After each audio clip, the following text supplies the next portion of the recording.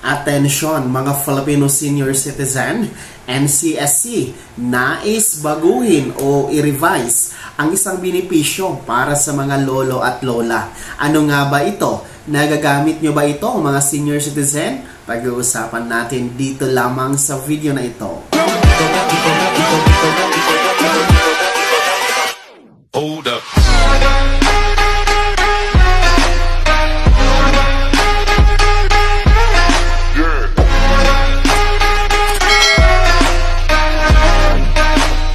Hello mga ka-vlogs! Welcome dito sa aking YouTube channel. Magandang araw po sa lahat ng mga manonood. Saan po kayong dako sa mundo? Kumusta kayong mga ka-vlogs? Ang National Commission of Senior Citizen or NCSC nais iparevisa or nais pong baguhin ang isang benepisyo na makukuha ng ating mga senior citizen para po sa kapakanan ng mga lolo at lola. Ang tanong po natin, nagagamit nyo ba ito? Mga senior citizen, ano nga ba ito? Mamaya-maya, pag-uusapan natin yan. Pero bago ang lahat, kung bago ka pa lang dito sa aking YouTube channel o di kaya hindi ka pa nakasubscribe, i-click nyo muna ang ating subscribe button na nasa baba. Huwag nyo kalimutan na pindutin ang notification bell. Ilagay nyo po sa all para naman updated kayo sa lahat ng mga videos na i-upload ko. Bago natin simulan ang video na to, gusto ko lamang pong mag-shoutout at magpasalamat sa nag-avail ng ating super thanks, nagbigay ng suporta dito sa ating YouTube channel. Shoutout po at maraming salamat kay Ma'am Ariela Bugadil. Ayan, kung taga saan man po kayo, Ma'am Ariela Bugadil, shoutout po sa inyo. Maraming salamat po sa super thanks na inyong binigay po dito sa ating isa sa video ng ating YouTube channel. Mabuhay po kayo! So noong mga nakaraang linggo mga ka-vlogs ay pinagdiriwang po ng National Commission of Senior Citizens itong Filipino Elderly Week at nagkaroon nga po ng isang press conference ang NCSC para talakayin ang mga benepisyo, programa at iba pang mga nakahilirang usapin hinggil nga po sa ating mga Filipino senior citizen. At sa naturang press conference ay naitanong po ang isang benepisyo kung saan po ay alam ko marami po ang problema sa benepisyong ito, paano ito makukuha, no? At ito nga po ay ang tinatawag natin na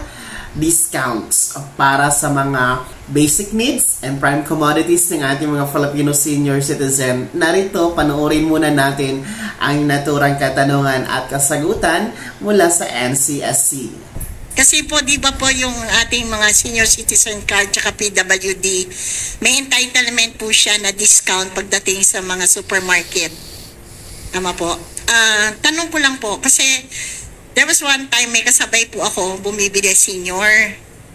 Tapos bumili po siya nung pasta na iniluluto. Ang sabi po sa kanya, hindi daw kasama yon. Ang kasama daw po ay yung mga katulad ng Lucky Me na instant. Yun po ang tanong ko lang, kasi po mas nutritious po yung pasta kaysa doon sa Lucky Me. Bakit po ganun yung paano nila doon sa pagkaka-discount? I think yung supermarket based their answer to sa guidelines na nilabas ng DTI, which states that talagang specified talaga kung ano yung mga items na subject for discount. So with regards to the discount, doon sa bibilin mo, kunyari bumili ka ng 10,000, pero yung ika-count lang po doon yung basic goods na worth 2,500 na subject to 5% discount. So that is 125 pesos. So the senior citizen is entitled to purchase 4 times a month. Bali magiging 500 pesos ang total po niyan na discount for every month na pwede siyang mag-grocery. So hindi po lahat ng grocery items subject to 5% discount. Meron lang po talagang specific na mga items na pwedeng discountan. Yung rice, yung mga canned goods na talagang kinakain natin palagi, bread and other items lang, hindi po lahat. So talaga instant noodle po. Yung instant noodles po, naka-specify po yan. Siguro, dagdagan ko lang, Comjen, no? Isa po yan sa dapat nating siliping muli. That has to be revisited kasi if we are advocating healthy lifestyle sa mga nakakatanda, which by the way, ang ating moderator, mamaya idudugtong ko na din yung programa natin tungkol dyan, no? So, kailangan i-revisit natin yan, yung mga nakalista na po pwedeng i-avail for a discounting sa groceries. Na kung tayo naman ay nag-advocate ng healthy living, o totoo nga naman, bakit nga naman noodles at canned good ang nandun? Isa nga sa ating ina-advocate ay pagka may mga calamities, yung ating mga food packs na ibinibigay, nakasanayan natin, lagyan lang natin ng mga noodles at saka yung mga grabe yung preservatives, no, and MSG. So siguro that has to be revisited, and I hope na bago siguro matapos ang isang taon ay matingnan na natin, makipagpulong tayo sa DTI, sa Department of Health at yung ibang mga ahensya. I hope nasagot po namin, ma'am, yung inyong katanungan. So ayun po mga ka-vlogs, no? Natanong po ang hinggil po sa discount kung namimili po or nag-grocery ang ating mga Filipino senior citizen, kasi ang sinasabi naman po ng batas ay meron pong 20% discount ang binibigay, no, sa ating mga senior citizen sa mga basic needs and prime commodities. At ito nga po ang hindi masyado malinaw, di ba po mga senior citizen, no?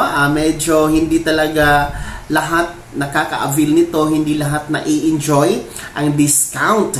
So ang iba din po, no, nalilito kung ano ba ang kasali sa discount sa pag-grocery, no, sa pamimili, ano po ang hindi kasali. So yun po yung nilinaw ng NCSC, and ang DTI po, or Department of Trade and Industry, ay naglabas po ng panuntunan kung ano po ang mga items sa grocery, no, kung ano po ang kasama sa 20% discount, no. And kung maalala nyo, no, kabilang po ang cooking oil, itlog, yung bigas, at iba pang mga nakalista, no, sa DTI list for discount ng mga senior citizens. And yun nga pong sinabi kanina, no, ng nagtatanong sa Priscon, kasali po sa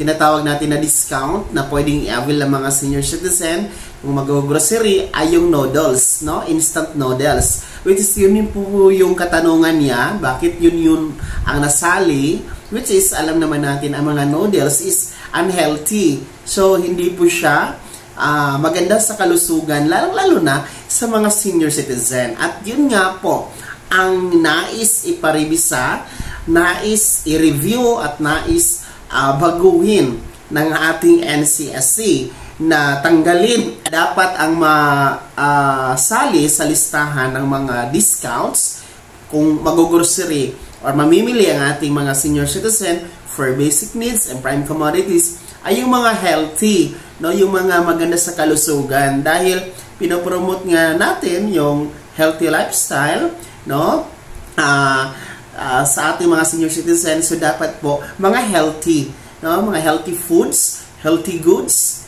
healthy groceries yung dapat na ilagay dyan sa listahan ng DTI for discounts para sa ating mga lolo at lola.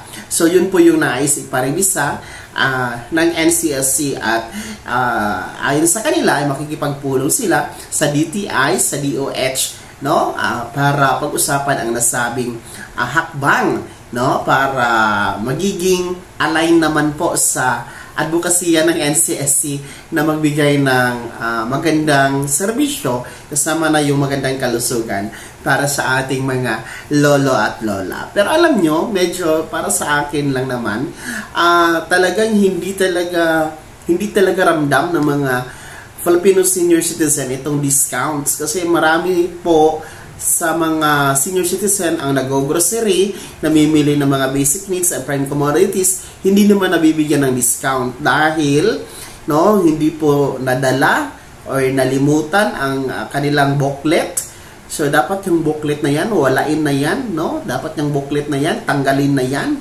no? Basta magpakita lang sana ng senior citizen ID, no? Para pruweba na kayo ay senior citizen, dapat automatic na magkakaroon ng 20% discount para sa mga basic needs and prime commodities. So, kayo, mga senior citizen, agree ba kayo? Ano ang opinion nyo? No, agree ba kayo na tanggalin na lang ang booklet? Kasi sa gabal, no? Pahirap lamang sa mga senior citizen yung booklet na yan. I-komento nyo na sa comment section na nasa baba. At ano po ang opinion nyo? Ano po ang suggestion nyo? Ano ang masasabi nyo regarding dito sa plano ng NCSC na iparibisa, no? Baguhin ang discount list items ng DTI, tanggalin yung mga instant noodles, mga canned goods na hindi po maganda sa kalusugan ng mga senior citizen. Ano po ang opinion nyo? Napapalitan nyo ng mga healthy items, healthy foods, no? Sang-ayon ba kayo? I-komento nyo na sa comment section na nasa baba. Pakilakip ng iyong buong pangalan at kung taga saan kayo. So sa pangkalahatan, mga lolo at lola, no? Ano po ang inyong komento regarding sa discount? Na-i-enjoy nyo ba ito? Nagagamit nyo ba ang inyong discounts na 20% sa pag-grocery? Nagagamit nyo ba ito or hindi? Ano po ang inyong experience regarding dito sa discount? Pakibahagi naman po sa comment section na nasa baba. Bago matapos sa video na to, kung gusto nyo pong sumuporta sa aking YouTube channel, maaari nyo pong i-click ang ating super thanks button na nasa baba. Sa mga gustong maging miyembro, pwede po. I-click nyo po ang ating join button.